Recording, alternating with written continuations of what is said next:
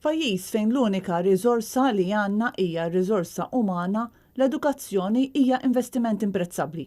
Hekk qal il-kap tal-Partit Nazzjonalista Idrien waqt li kien qed jindirizza konferenza tal-aħbarijiet quddiem l-iskola tal-Qawra li suppost ilha li fetħet. Pajjiż illi ma jinvestix fl-edukazzjoni ta' wliedu huwa pajjiż illi jibqa' fejnu u ma jimxiex il-qudiem. Idrien qal li matul iż-żmien gvernijiet f'pajjiżna għarfu dan kollu investew bil-kbir fl-edukazzjoni. Sfortunatament dan ma jistax jingħad għall-gvern preżenti. Il-kap tal-Partit Nazzjonalista għamel referenza għall-early school leavers u qal li sfortunatament pajjiżna jinsab lura wkoll fil-miri tal-litterizmu.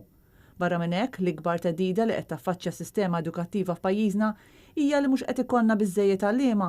Dan meta inqas u inqas studenti universitarji qegħdin jażlu li jmorru għalliema.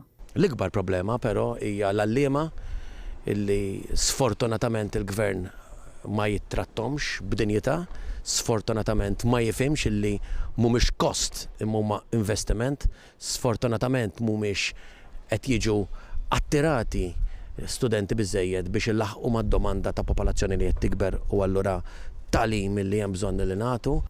Matul din il-konferenza tal-aħbarijiet, is-Segretarju Ġenerali tal-Partit Nazzjonalista u kellim tal-Oppożizzjoni għall-Edukazzjoni Clyde Pooley qal li l-Partit Nazzjonalista ta' priorità lill-edukazzjoni fil-pre-budget document li nieda u li jinkludi fih proposti għal dan il-qasam.